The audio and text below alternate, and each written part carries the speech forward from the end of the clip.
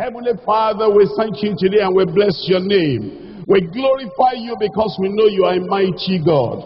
You have not changed. You are the same forevermore. You are the Jesus yesterday, today, and forever. And what you did in days gone by for people like us, you are going to do for us today in Jesus' name. Our hope and expectation is high. Our faith is centered on you. And we believe today you will magnify yourself and honor our faith. And you will bless everyone in Jesus' name. This is the day you'll break our yoke. This is the day you'll heal our sicknesses. This is the day you'll pour your blessing upon us. And we are praying it will be so in Jesus' name. Bless all your people today. Thank you because we know you have answered. In Jesus' name we pray. Thank you very much. You can sit down. Let's look at 1 Samuel chapter 16. I'm reading from verse 12 and verse 13. And he sent and brought him in. Now he was ruddy and without of a beautiful countenance, and goodly to look to.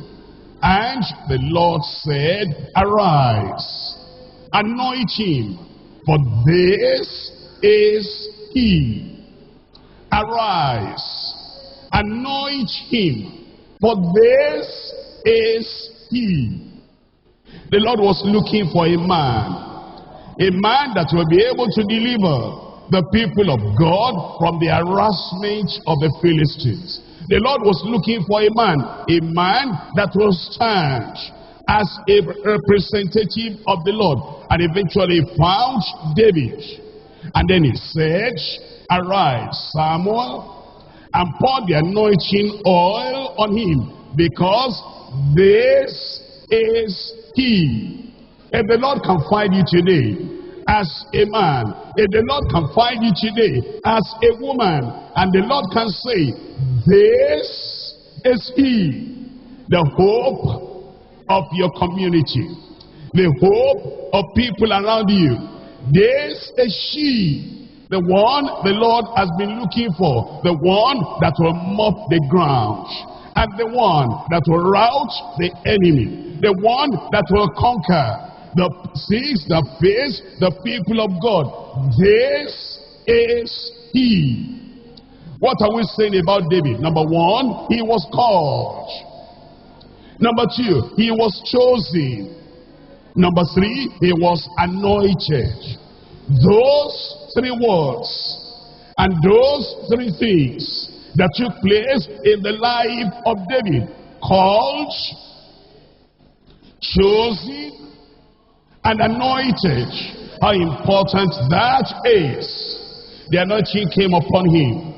And as the anointing came upon him, that's what I've read to you in 1 Samuel chapter 16. And then in the very next chapter, we find Goliath standing at the gate between him and the fulfillment of his calling.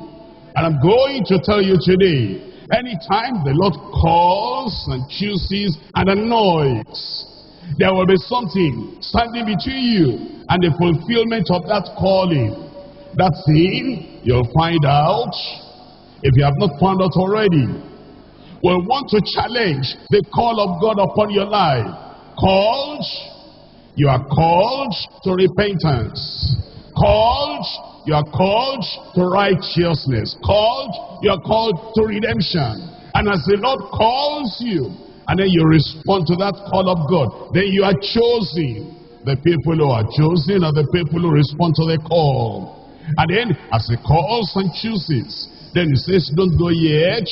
For you to be able to do everything the Lord has called you to do, right in front of you, there is something that you need. That is the anointing of the Spirit of God. We're told in verse 13 of that 1 Samuel chapter 16 verse 13. Then Samuel took the horn of oil and anointed him in the midst of his brethren, and the Spirit of the Lord came upon David, From that day forward, the Spirit of the Lord came upon David.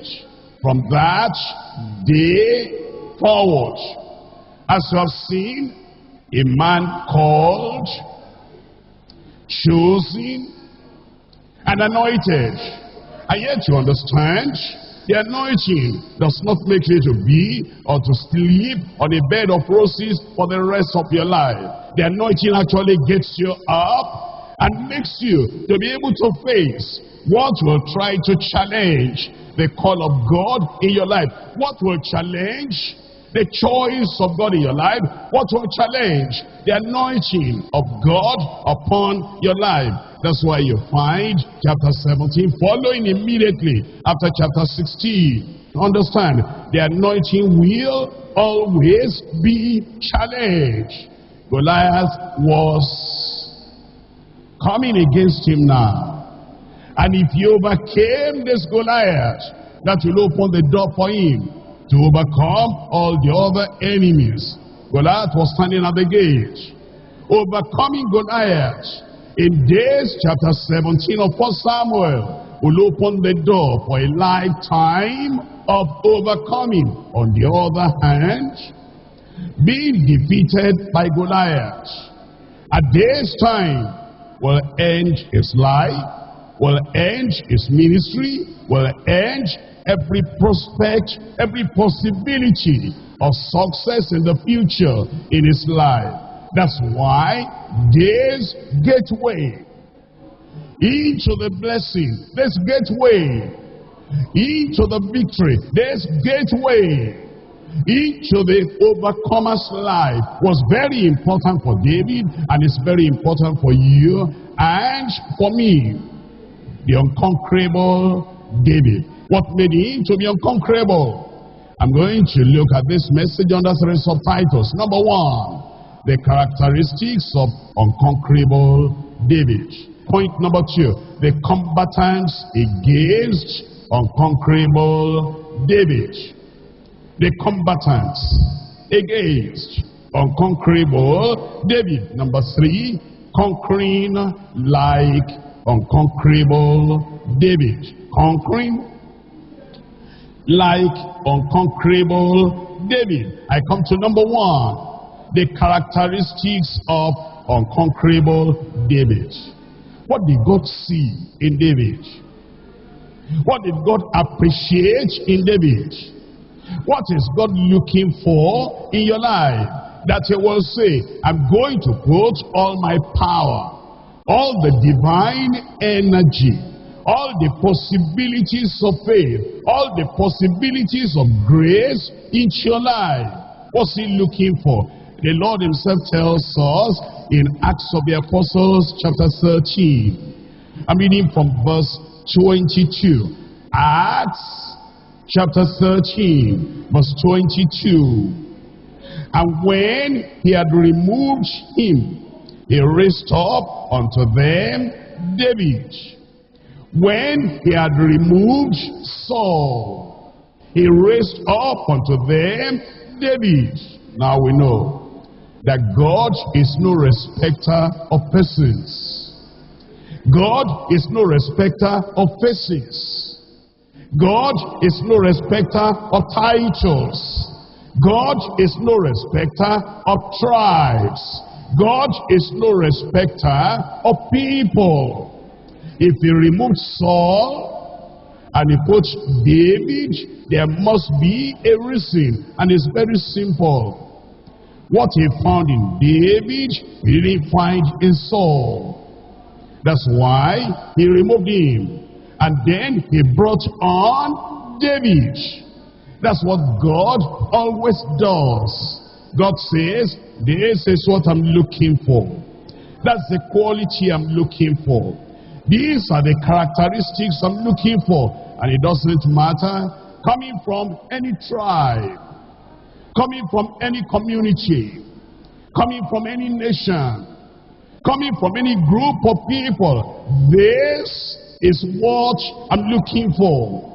And wherever he sees those qualities and those characteristics, he makes his choice. And it says in that verse 22, when he had removed Saul, he raised up unto them David to be their king, to whom he also gave testimony, and said, I have found David, the son of Jesse, a man after mine own heart, which shall fulfill all my will. That's what he was looking for. He was looking for a man that will not fulfill, number one, the will of self. Number two, the will of Satan. Number three, the will of society. He will not be a man that society could dribble around.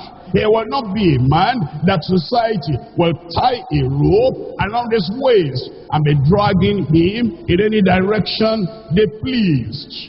But he'll be a man not under the control of self, not under the control of Satan, not under the control of society. He said, I have found David, the son of Jesse, a man after mine own heart. He said, this man that I found, I've been looking for a man like this for a long time. It's not his name. It's not his title. It's the condition of his heart. It's not his education. It's not his beauty. It's not his physique. It's the heart. For man looketh on the outward appearance, but God does not look on the outward appearance. God looks at the heart. And when he finds a man whose heart is aligned to the will of God, whose heart is aligned to the word of God, it says, I have found a man after mine own heart, who will fulfill all my will. Enough of the will of self. Enough of the will of Satan. Enough of the will of society. Now, from this moment on, from this time on, I want to fulfill only and always the will of God. That's the man. And that's the woman. It says, which shall fulfill all my will. You understand? Part of the will of God will not be too simple, will not be too easy. But the Lord was saying, this man is not going to be looking at how high, how great, how difficult the challenges are. He will put his heart, his mind to fulfilling all my will. He'll not be fulfilling my will only when he's happy. He'll be fulfilling my will every time, every moment, all the days of his life. He will not be fulfilling my will only when things go his own way and things are just as he expects. But when things are what he doesn't expect, and conditions and the direction of things around him, they go in a way he wasn't expecting, and yet he'll make up his mind. I am a man after God's heart, and I will fulfill all the will of God. If that's your mind today, if that's your heart today, then God can say, I found a man, I found a woman after my heart who will fulfill all my will. Look at verse 36. In verse 36, for David, after he had served his own generation by the will of God. That's it. Serving your generation, not by the will of self. This is how I like to do it. This is what I will do. This is a place I will go. And this is the thing I can do. And if they don't give me this to do, finish. I won't do any other thing. That's the will of self. He served his own generation, not by the will of society. He served in those generations by the will of God. That's what God is looking at. Come back to 1 Samuel chapter 13. In 1 Samuel chapter 13, verse 14. But now thy kingdom shall not continue. Again, talking to Saul. Talking to Saul. Now, thy kingdom shall not continue. Would you look up here for a moment? You see, there are many people that do not understand the word of God. And you know, in this church, we all say, we don't believe in eternal security for salvation. What that means is, there are people that say, once you are saved, you're always, forever saved. That's not Bible. That's the doctrine of Calvin. That's Calvinistic. But the Bible teaches there is only conditional security. You are saved, and then you keep on relying on the grace of God. You keep on relying on the strength of the Lord from within, so as to walk and to live in the will of God, in the word of God. Conditional security, not eternal security for salvation yet. In this church, there are people that appear to believe eternal security, not for salvation, but eternal security in service. Not for salvation, but for service. But the word of God is telling us there is no eternal security for salvation. There is no eternal security for service. And when God chose Saul, if there were eternal security, he would not have removed him. But he removed him because there's no eternal security in the service of the Lord. That's why if you are working for the Lord, and the Lord has chosen you, he wants you to have the characteristic of abiding in the word of God, abiding in the will of God, abiding in the path of righteousness. If you sin, if you go after the will of self, or go after the will of Satan, or go after the will of society, and you abandon the will of God, the consequence is he will act to you like he acted to Saul.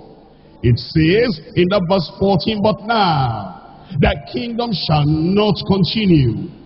The Lord has sought him, a man after his own heart.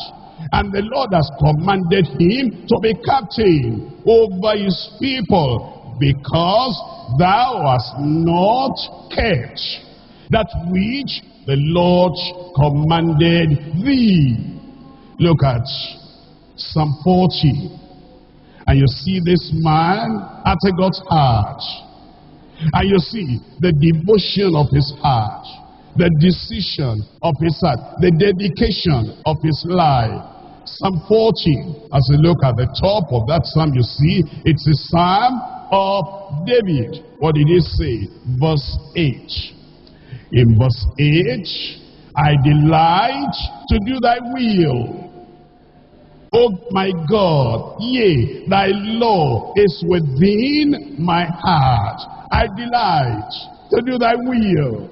I rejoice to do thy will. You can tell where his heart was. Psalm 143 verse 10. Teach me to do thy will, for thou art my God. This man said, I know you have called me. I know you have chosen me. I know you have anointed me. And I want to be at the very center of your will. Teach me, Lord, to do thy will, for thou art my God. Thy spirit is good. Lead me into the land of uprightness. What a great revelation in our lives. If there is no test, there will be no testimony. If there is no fight, there will be no victory. If there is no opposition, there will be no conqueror. If there is no battle and no warfare, there will be no conquering. You see, there are many people, I want to be more than a conqueror, but to fear challenges. I want to be more than a conqueror, but to fear the good fight of faith. I want to be more than a conqueror, but you fear persecution and opposition. If there is no test, no trial, no trouble, there will be no testimony. If there is no conflict, if there is no opposition, if there is no persecution, if there is no challenge, if there is no difficulty, how will you be a conqueror? What made David to be a conqueror, more than a conqueror, is that he had combatants that fought against him. And what will make you a conqueror in your life, more than a conqueror in your life, more than people that have the ordinary level victory, is the conflict, the battle, the warfare, the stronghold, the challenge that come against you. Point number 2, the combatants against unconquerable David. 1 Samuel chapter 17. In 1 Samuel chapter 17, verse 4. And there went out a champion of the camp of the Philistines, named Goliath of Gath, whose height was 6 cubits and a span. Here we meet the champion from the enemy camp. And you ask yourself the first question: did Goliath know David? No. Was Goliath really after David? No. Goliath was representing the Philistines, and the Philistines were after Israel. The Philistines were after the nation, and the Philistines were after Saul. They knew Saul, they didn't know David. The Philistines knew Israel, they didn't know David. And so when David came out, Goliath was fighting against him, not because there was a personal quarrel, a personal conflict, a personal battle, a personal challenge. He was fighting him because he represented the nation. Satan is not really after you as an individual. It's after the church. It's after Christ. But he cannot fight Christ. Christ is seated on the right hand of majesty on high. Christ is seated down on the throne of authority and power, highly exalted above principalities and powers. And therefore Satan really is against the church, the Israel of God. And you happen to be a follower of Christ, a representative of the church. And it's because you have a part in the church. It's because of your place, your position in the church. That's why Satan is after you. Ordinarily, he wouldn't bother you. Ordinarily, Goliath will not confront, will not bother David. But because of who he was standing for, he was standing for God. I found a man after mine heart. He was standing for Israel. Choose you a man that will fight against me. If I overcome him, then you will be our slaves, our servant. If he can overcome us, then we will be your slave. That's the challenge today. The battle line is drawn, and the devil wants to fight against your life. But you know, if you do not understand, if you do not know who your enemy is, you'll be fighting shadows. You'll spend all your ammunition, all your strength, all your ability. You'll waste your anointing if you're fighting the wrong enemy. Now, you have seen here in verse 4 that Goliath was the champion of the Philistines. You don't have Philistines there. Neither do you have the same Goliath of that age, of that time, of that era, of that epoch, right now. Who then is a Goliath today? To answer that question, you ask yourself, what did Goliath want to do to David? He wanted to kill him. What is the sin today? that wants to kill you. That's the Goliath. What did Goliath want to do to David? He wanted to give his flesh to the birds of the air. What is it today that wants to give your life to the birds of the air? I mean to the demons and the evil spirits. That's the challenge. That's what we're going to find out. What did Goliath want to do? He wanted to defeat David, so as to show Israel that Israel cannot stand, that the nation cannot stand. What is it today that wants to defeat your life, to show to the world that the church does not have the power, the purity that the church is claiming to have? That's what you'll find out. That is the Goliath today that we're fighting against, and we're going to win. We're going to overcome in Jesus' name. In fact, it says, greater is he that is in you than he that is in the world. With him is the arm of flesh, and with us is our God, and he will give us the victory. Now, as we find out the Goliath of today, I'm going to spell that word Goliath for you. Why don't you spell it for me? Once you go.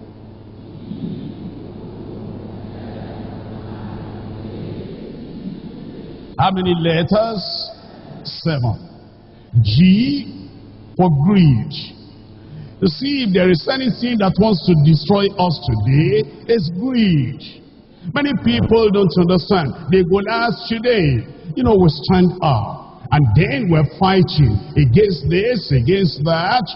Before you pray, and before you fight, what is it today that wants to destroy our Christian life? What is it today that wants to make us fall? What is it today that wants to destroy us spiritually, physically, and in every way? And what is it today that wants to destroy our service for the Lord? Greed. In 1 Timothy chapter 6, verse 9 and verse 10. For they that will be rich, those who are greedy of gain, for they that will be rich fall into temptation and a snare, and into many foolish and hurtful lusts, which drown men in destruction and perdition. For the love of money is the root of all evil, which while some coveted after, they have erred from the faith. They have pierced themselves through with many sorrows. If greed destroys you, if the love of money gets the better part of your life, if greed, running after money, makes you to deviate from the will of God and from the word of God, Goliath has conquered you already. Now, that is oppression. You see, oppression. And you find it everywhere. And that oppression is the Goliath of today. It's like that in every office. It's like that in every community. Oppression. Oppression. What does oppression do? Oppression destroys us if we do not know how to conquer Goliath. Ecclesiastes chapter 7 verse 7. Surely oppression maketh a wise man mad. Surely oppression maketh a wise man mad. If you're looking for a literal Goliath today, you won't find. If you say, I am ready, I'm going to fight Goliath, you will not find the Goliath we found in 1 Samuel chapter 17. But the oppression you'll find in every locality. In the house where you are living as a tenant, the oppression is there. In the office where you are working, the oppression is there. In the place where you are schooling, the oppression is there. And they will try to conquer you with oppression. You wait there and be asking for promotion, and you don't submit to this, they'll oppress you. And if you don't know how to conquer Goliath, that oppression will conquer you. And even, among the people that call themselves Christians, they will try to oppress you so as to be able to crush your spirit and to destroy your soul, and then to be able to nullify your consecration. Surely oppression maketh a wise man mad. Eventually, when the oppression comes to his height, you'll be acting as a mad man or a mad woman, and then they'll be laughing at you. They are the people that caused that sort of temporary madness, but they'll be laughing at you because they know it is their oppression that is turning you to another thing. And then they'll be saying, but you said you can pray, but you said you can stand, but you said you are consecrated. Oppression, that's the Goliath today, but we shall conquer in Jesus' name. What's the next letter? That's Lucifer. Lucifer. You know, sometimes Lucifer himself will come. He'll say, my messengers are not doing it right. My messengers are not dealing with you hard and tough enough. And therefore Lucifer will come. That's the Goliath of today. The Goliath of 1 Samuel chapter 17 is gone. It's dead. But another Goliath is rising up today. Is the champion of the principalities of the power of the air. He will try to challenge your life. In Isaiah chapter 14. Isaiah chapter 14 verse 12. In Isaiah chapter 14. Reading from verse 12. How art thou fallen from heaven, O Lucifer, son of the morning? Lucifer will fall in your life. Satan will fall in your life. Wherever Satan comes against your life, wherever that Lucifer comes against your life, you will overcome. In 1 John chapter 4 verse 4. In 1 John chapter 4 verse 4. Ye of God, little children, and have overcome them. We will overcome them. Because greater is he that is in you than he that is in the world. And then I come to I, that's infirmity. Infirmity. Luke 13 verse 11. It tells us, and behold, there was a certain woman which had a spirit of infirmity. There was a certain woman which had a spirit of infirmity. You know, that's the Goliath of today. The Goliath of today. Infirmity. And sometimes, you know, people don't even worry sometimes because of this kind of infirmity. Would you look up here? There are two kinds of sicknesses. There is what we call horizontal sickness. Horizontal is a line that you draw that is going from left to right, that is going from west to east, that is lying down. There is a vertical sickness, and the vertical sicknesses are more in number than the horizontal sicknesses. Let me explain to you. There are some few sicknesses that will make you lie down. You are bedridden. That's horizontal sickness. And you cannot eat for yourself, by yourself, and you cannot do anything by yourself. That's the horizontal sickness. But you see the other sicknesses, which are very, very serious. That's the vertical sickness. You might still be standing. You might still be walking about, but you are sick. Infirmity. You see this woman, she had a spirit of infirmity. What kind of sickness is that? Vertical sickness. It was serious, but she could still come out. Jesus didn't go to her house. She was still able to come out of the house, but for 80 years, vertical sickness. Do you remember that woman with the issue of blood? 12 years, vertical sickness. And you know, she was still able to move about. That's how she came to the crowd. Vertical sickness. Do you remember Bartimaeus? Bartimaeus had vertical sickness. He was blind, but he could come out of the house and go to the side of the road and be begging. And when he heard that Jesus was passing by, he got up and he followed after. Have mercy on me, thou son of David. I want to receive my sight. Vertical sickness. You know the people that have ulcer, vertical sickness, even the first stage of cancer, you might still be walking about, I'm feeling the pain here, I'm feeling the pain there. Vertical sickness, you're still walking about, you're still functional in a way. Go to school, go to the market, go to the office. But that sin is very serious. And some people don't care about the vertical sicknesses until the sicknesses become so serious and they're lying down and it becomes an horizontal sickness. But vertical or horizontal will get rid of them. A spirit of infirmity, that's now in verse 11, 18 years, and was bowed together, and she could no wise lift up herself. And when Jesus saw her, he called her to him, and said unto her, Woman, thou art loosed from thine infirmity. And I tell you, you are released from your infirmity.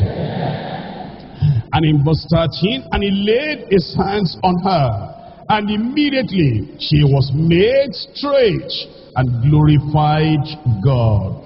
G for grief, O for oppression, L for Lucifer, I for infirmity, A for abominations. Abominations.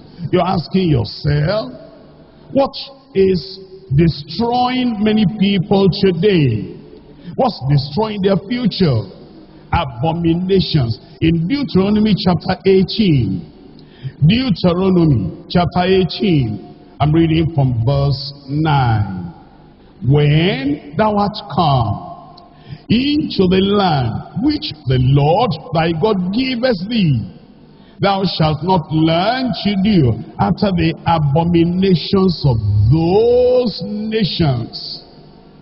After the abominations of those nations, there shall not be found among you anyone that maketh his son or his daughter to pass through the fire, or that useth divination, or an observer of times, or an enchanter, or a witch, or a charmer, or a consulter with familiar spirits, or a wizard, or a necromancer. For all that do these things are an abomination unto the Lord, and because of these abominations the Lord thy God does drive them out from before thee. You see, what makes the Lord to drive us away from his presence, drive us away from the victory, drive us away from conquering, drive us away from the inheritance that he wants to give us, is because of abomination, the witchcraft, the familiar spirit, the occultism, and the cult, the joining of the cults. You know, sometimes there are parents that will say, and they take it lightly. They say, well, my son, my daughter joined the cults. Well, you know, then they'll say, these young people, they are experimenting almost everything on earth. And my daughter now, or my son now, has joined the cult. That's Goliath.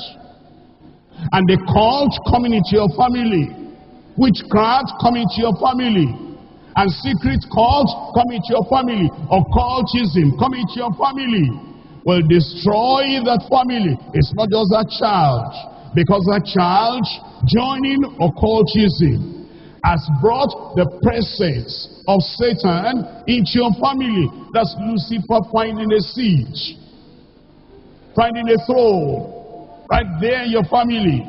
And if you don't do something about it, that's the Goliath that wants to destroy you. But this day, they'll be destroyed in Jesus' name. Temptations.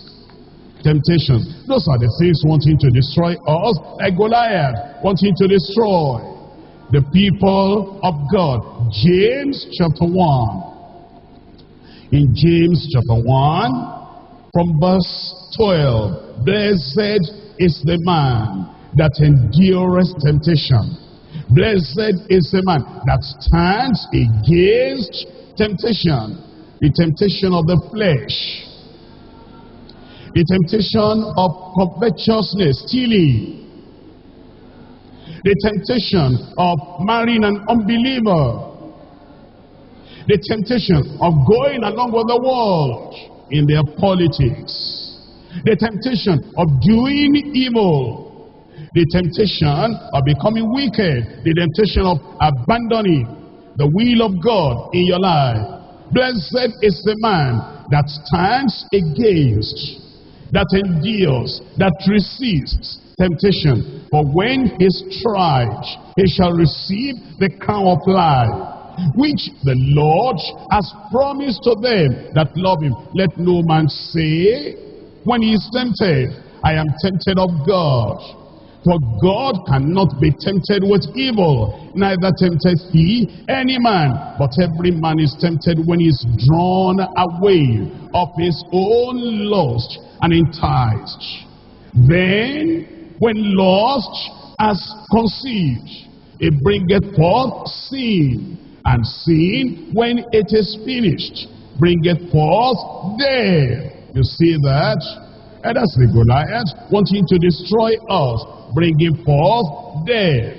Hatred or hostility. Hatred or hostility. What do we call hostility?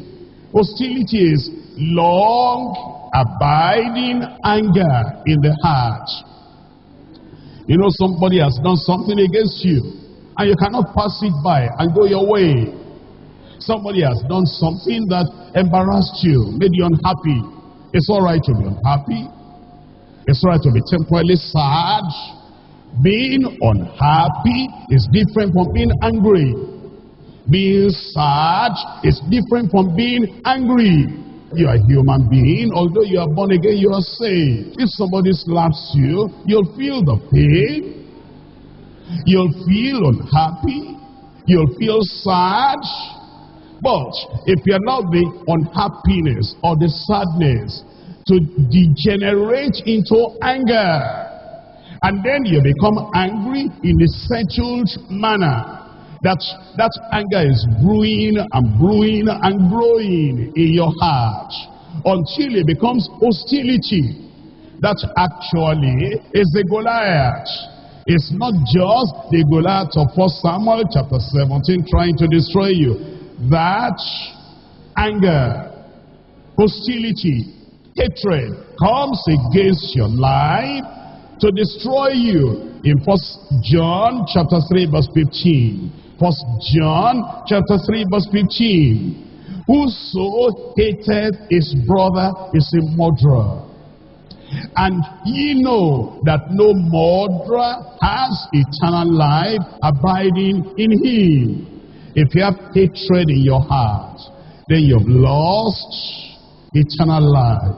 And you see, hatred or hostility will show in different ways. You know, there are people that get angry and they have hatred and they break plates in the house. Something has happened between the parents and the children, between the husband and the wife, and then you have this hatred and this anger, animosity in that, and start breaking plates. That's one manifestation of anger. Other people don't do like that when they are angry. Other people have deep-seated anger and they are quiet. You know, there are some people that are just totally, absolutely quiet when they are angry. And some people, they withdraw when they are angry. They withdraw their smile. They withdraw their beautiful face. They withdraw the goodness they used to do or they used to have. The anger, the hostility, the hatred makes them to withdraw. We call it fight or flight. Some people have hatred, they fight. Other people have hatred, they flee. They run away, they withdraw. But you see, if the hatred is in the heart, that hatred is a sin that comes to destroy you. But you will not be destroyed. You will conquer Goliath. And as you recognize now the description of Goliath in our lives, the greed, the oppression, the Lucifer, the infirmity, the abomination, the temptation, and the hatred. Now you come with faith. How did David conquer? How did David overcome? In 1 Samuel chapter 17, I'm reading from verse 32. Conquering like unconquerable David. Conquering like unconquerable David. Verse 32. It says, and David said to Saul, Let no man's heart fail because of him. Thy servant will go and fight with this Philistine. Number one, that's the courage of faith. The courage of faith. Thy servant will go and fight against this Philistine. Number two, the conviction of faith. Verse 33. And Saul said to David, thou art not able to go against this Philistine to fight with him, for thou art but a youth, and he a man of war from his youth. And David said unto Saul, thy servant kept his father's sheep. And there came a lion and a bear, and took a lamb out of the flock. And I went out after him, and smote him, and delivered it out of his mouth. And when he arose against me, I caught him by the beard, and smote him, and slew him. Thy servant slew both the lion and the bear. And this uncircumcised Philistine shall be as one of them, seeing he has defied the armies of the living God. That is the conviction of faith. He said, I cannot be defeated. I cannot be conquered. But I'm going to conquer, I'm going to defeat that Philistine. Number three is the confidence of faith. The confidence of faith. You see, when you believe the word of God, and you know you are called, and you know you are chosen, and you know you are anointed, and that anointing abides on your life, then you have the confidence of faith. Verse 37. David said, moreover, the Lord that delivered me out of the paw of the lion and out of the paw of the bear, he will deliver me out of the hand of this Philistine. And Saul said unto David, go, and the Lord be with thee. Number four, the contradiction of faith. As you are believing the Lord and you say, yes, I'm standing on this word of the Lord, there may be people that will suggest some other method apart from the name of God, apart from the name of Jesus, apart from the blood of Jesus, apart from the power that resides in your faith in the word of God. The contradiction of faith. Verse 38. And Saul armed David with his armor, and he put an helmet of brass upon his head.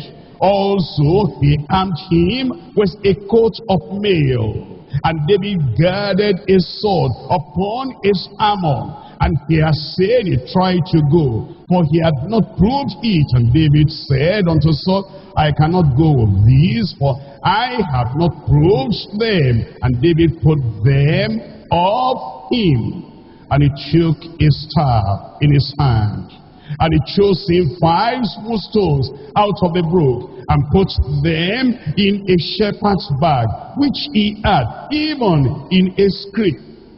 And his sling was in his hand, and he drew near to the Philistine. He drew near to the Philistine. You see, there'll be the contradiction of faith. They'll give you methods, they'll give you ideas, they'll call you to go places as if going to those places will solve the problem of your life. But you need to understand that the name of Jesus is what you have. And at the mention of the name of Jesus, every knee shall bow. And then we're told that when he took those 5 stones and the slings, he drew near to the Philistine. He drew near to Goliath. Don't run away.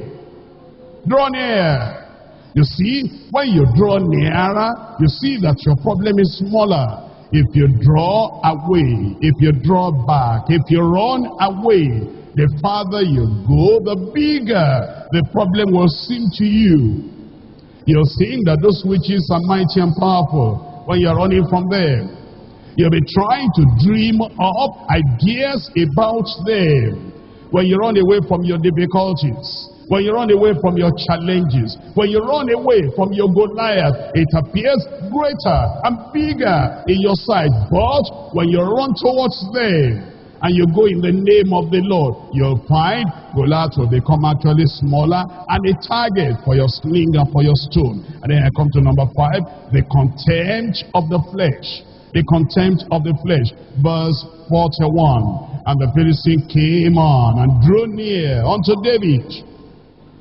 And a man that bare the shield went before him. And when the Philistine looked about and saw David, he disdained him. He belittled him. He ridiculed him. He insulted him. He abused him. Don't worry for their abuse or their insult or their assault or their disdain or their belittling you or their humiliating you. That's their trade. That's their work. But you know, you come in the name of the Lord. For he was but a youth and ruddy, and of a fair countenance. And the Philistines said unto David, Am I a dog, that thou comest to me with staves?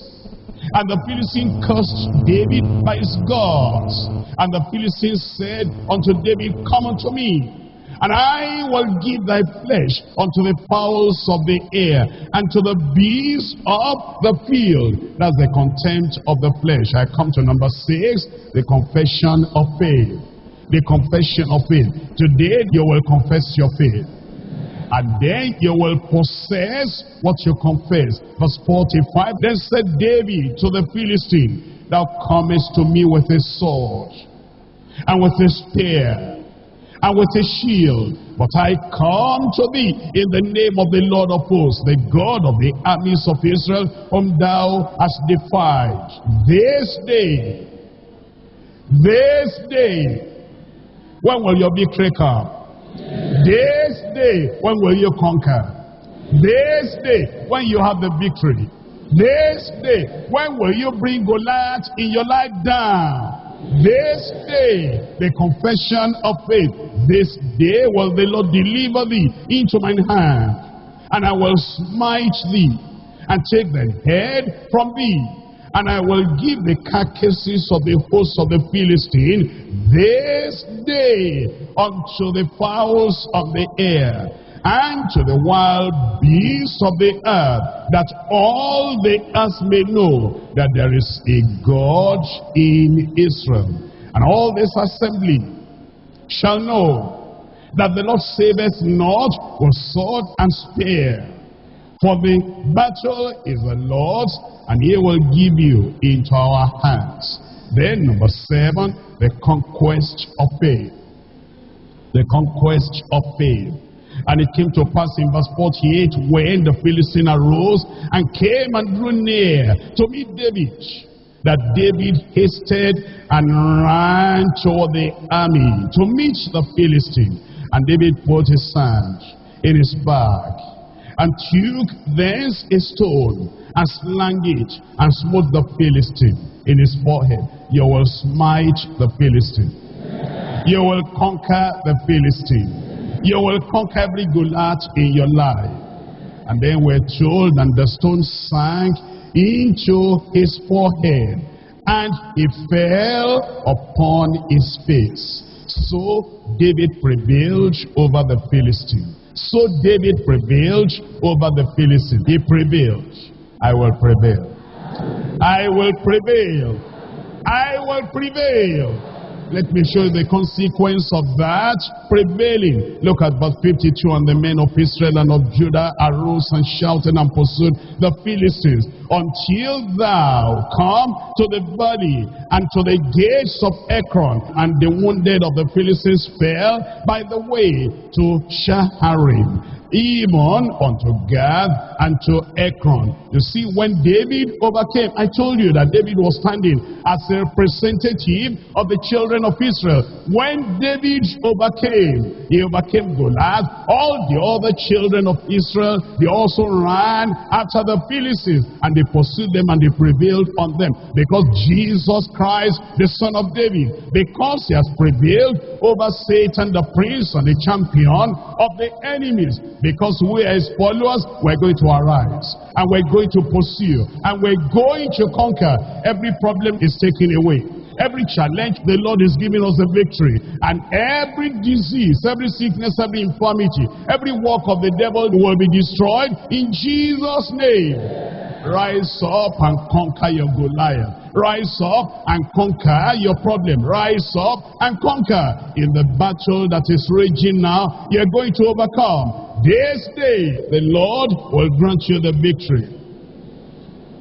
Why don't you present that problem before the Lord and say, Lord, here is a Goliath. The greed, the oppression, the Lucifer, the devil, Satan, the infirmity, the sickness, that spirit of infirmity that has been upon your life all these years. Might be horizontal sickness or vertical sickness. Oh Lord, I am more than a conqueror today. Abominations, that's a Goliath. Abominations, that's a Goliath. You be the man today, be the woman today, the woman of God's choice, a man after God's heart, a woman after God's heart, not self-willed, not Satan-controlled, not society-controlled. I found a man, I found a woman after my heart, which shall fulfill all my will. Be an overcomer today. Be a victor today.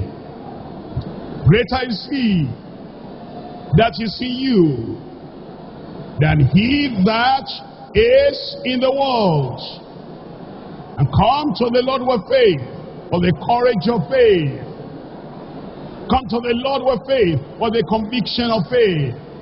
Come to the Lord with faith, for the confidence of faith. And you reject the contradiction of faith. Don't mind their contempt of the flesh. Move on with the confession of your faith. Because what you confess is what you will possess. What you confess is what you will possess. And that is what will lead you to the conquest of faith. This is the day of victory. This is the day of conquering. This is the day of conquest. And today, you can be more than a conqueror through the power of the one that has called you and chosen you. Called, chosen, and anointed for the battle day. Called, chosen, and anointed for the day of battle. In Jesus' name we pray. If you believe you have the victory, say good amen. You believe that the shout of the people of God will bring every Jericho wall down. Another amen. This is the day of your victory. This is the day of your conquest. And this is the day of your success. Why don't you raise up your hand for your victory? Raise up your hand for your conquest. And raise up your hand for your success. You have got it already. I said you have got it already. Enough of the time of testing. Now the time of testimony has begun. All the powers of darkness, they are brought down and they are destroyed in your life in Jesus' name. Father, in the name of Jesus, we thank you because as we come to your presence today, every Goliath will bow before us. Every Goliath will be defeated before us. Every Goliath is conquered before us. We come in the name of the Lord and we destroy every work of the devil in Jesus' name.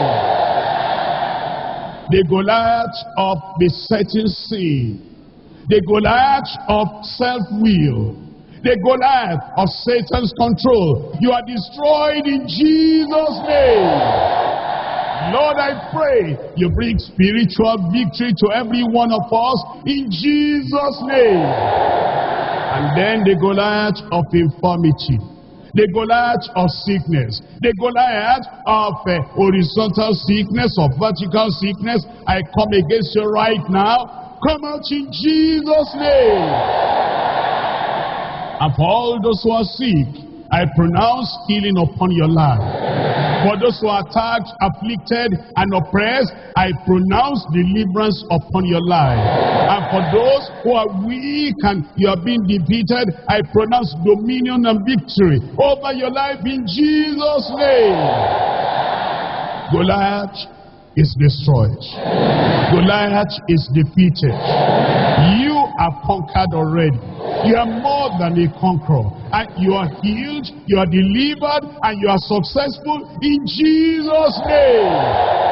Oh Lord, I pray right now there will be a shout of praise, a shout of hallelujah in the midst of the people of God, and your victory will be confirmed in Jesus' name.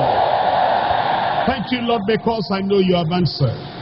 In Jesus' name we pray. Give me an amen of the conqueror. An amen of unconquerable believer. Thank you very much, and God bless every one of you.